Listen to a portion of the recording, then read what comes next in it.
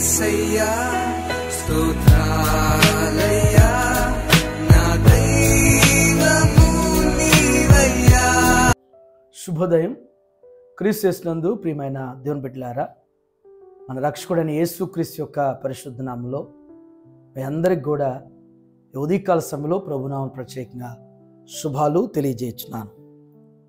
దేవుని యొక్క మహాకృపను బట్టి దేవుడు మనల్ని ఎంతో జ్ఞాపకం చేసుకుని మన జీవితంలో మరొక నూతనమైనటువంటి దినాన్ని దేవుడు మనకు అనుగ్రహించున్నారు. మరి ముఖ్యంగా ఈ నూతన సంవత్సరంలో ఈ 2వ మాసంలో మొదటి దినంలో దేవుని స్వరం వినగలిగినటువంటి కృపను దేవుడు మనకిచ్చినటాన్ని బట్టి దేవునికి మనం ఎంతగానో కృతజ్ఞతలు చెల్లించాల్సిన వారిగా ఉన్నాం. ఈ దినం మన TLC అనుదిన ఆహారంలో దేవుని యొక్క వాక్యాన్ని మనం చదువుకుందాం. 119వ సంకీర్తన 173వ వచనాన్ని జ్ఞాపకం చేసుకుందాం. నేను నీ ఉపదేశములను కోరుకొని ఉన్నాను, నీ చెయ్యి నాకు సహాయమగును గాక. దేవుని బిడ్డలారా, ఈ వచనంలో భక్తుడు దావీదు యొక్క గొప్ప ఆత్మీయమైనటువంటి మాట మన జ్ఞాపకం చేస్తున్నాడు. బైబిల్ గ్రంథంలో మనం దావీదుని గురించినటువంటి మాట, దేవుడు చెప్పిన మాట ఏంటంటే, దావీదు నా హృదయానుసారుడు అంటాడు. దావీదు దేవుణ్ణి ఎంతో ప్రేమించాడు.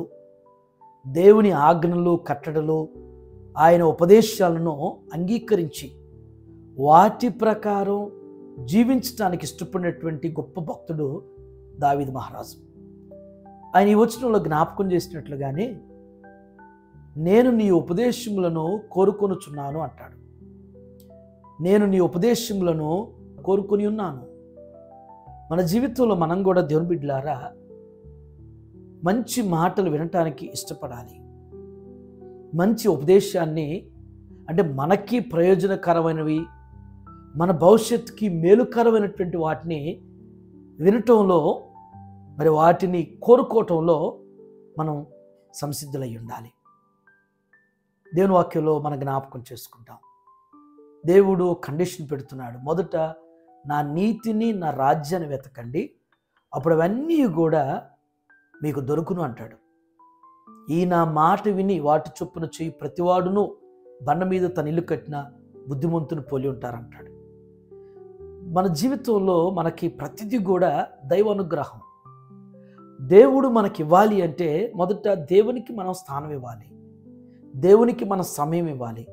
దేవుని పని మనం చేసినప్పుడు, ఆయన వాక్యాన్ని మనం విని అంగీకరించినప్పుడు, ఆయన ఉపదేశాలను మనం విని అంగీకరించినప్పుడు, తద్వారా దేవుడు మన జీవితంలో ప్రతి అవసరతలు కూడా దేవుడు తీర్చేవాడుగా, ప్రతి మేలులకి మన వారసులుగా దేవుడు చేయగలుగుతాడు. 2వ తలంపు అక్కడ ఉంది, నీ చెయ్యి నాకు సహాయమగును గాక అంటాడు. చూడండి, నీ ఉపదేశాలు నేను వినటానికి నేను కోరుకొనటం ద్వారా, నేను అంగీకరించడం ద్వారా నీ చెయ్యి నాకు ఎంతో సహాయముగా ఉంటుందనేటువంటిది భక్తుడు జ్ఞాపకం చేశాడు. ఈ ఉదయం నీవు నేను దేవుని ఉపదేశాన్ని వినటంలో ఆసక్తి చూపేవారుగా, నీవు నేను విన్నటువంటి ఉపదేశాన్ని అంగీకరించి నడవగలిగినటువంటి వారుగా ఉంటే దేవుని యొక్క చెయ్యి మనల్ని నడిపిస్తుంది. దేవుడు చెయ్యి మనల్ని ఎప్పుడు కూడా పట్టుకొని ఉంటుంది. ఏ పరిస్థితి వచ్చినా కానీ ఆయన చెయ్యి విడిచిపెట్టడు మనల్ని. ఆయన మనల్ని దూరం అయ్యేటువంటి పరిస్థితి రానియకుండా ఆయన మనల్ని బలహీన సమయంలో ధైర్యపరుస్తాడు, బలపరుస్తాడు. చెయ్యి పట్టుకుని కీర్తనాకారుడు అన్నట్లుగానే, గాఢాంధకారపు లోయలో నేను సంచరించిన ఏ అపాయానికి నేను భయపడను, నీ దుటుకారు నీ దండం నన్ను ఆదరించినట్లుగా దేవుడు ఆయన చేతితో నిన్ను పట్టుకుని నిన్ను బలపరుస్తూ ముందుకు నడిపిస్తాడు. అటు రీతిగా ఈ 2వ మాసంలో మరి మొదటి దినం నుంచి కూడా చివరి దినం వరకు కూడా దేవుని ఉపదేశాలు వినటంలో కోరుకుందాం. ఆయన మాట ప్రకారం జీవిద్దాం. ఆయన చేయి పెట్టుకుని నడిపించబడేటువంటి వారుగా ఆయన కాపురత్వం కింద సాగుదాం. అట్టి కృపలో దేవుడు మనందరిని కూడా స్థిరపరచునుగాక. ప్రార్థన చేసుకుందాం.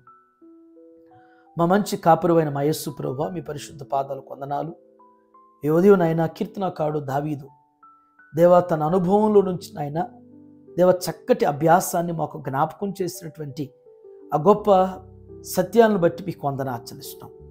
నీ ఉపదేశాలు వినటకు తను ఎంతగా కోరుకునున్నాడో ప్రభువా, నీ ఉపదేశం వినటం ద్వారా తను ఏ విధంగా నా తండ్రి మీ చేయి పట్టుకుని నడిపించబడ్డాడో, ఏ విధంగా ఆయన శత్రువుల చేతుల నుంచి విడిపించబడ్డాడో, ఏ విధంగా తన జీవితంలో ప్రభు గొప్ప విజయాలు దేవ మీ హస్తం ద్వారా తను పొందుకున్నటువంటి కార్యాలు ప్రభు తన జీవితంలో అనేకమైనటువంటివి మీ లేఖనాల ద్వారా మేము నేర్చుకుంటున్నాం.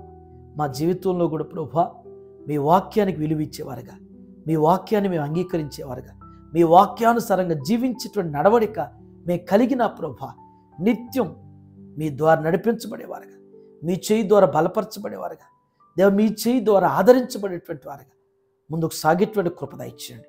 ఏవో దేవుని ఆయన దేవా మీ బిడ్డలను మీరు జ్ఞాపకం చేసుకోండి. దేవా మీ వాక్యం వినటం మాత్రమే కాదు కానీ అంగీకరించి జీవించేటువంటి కృపలో స్థిరపరచండి.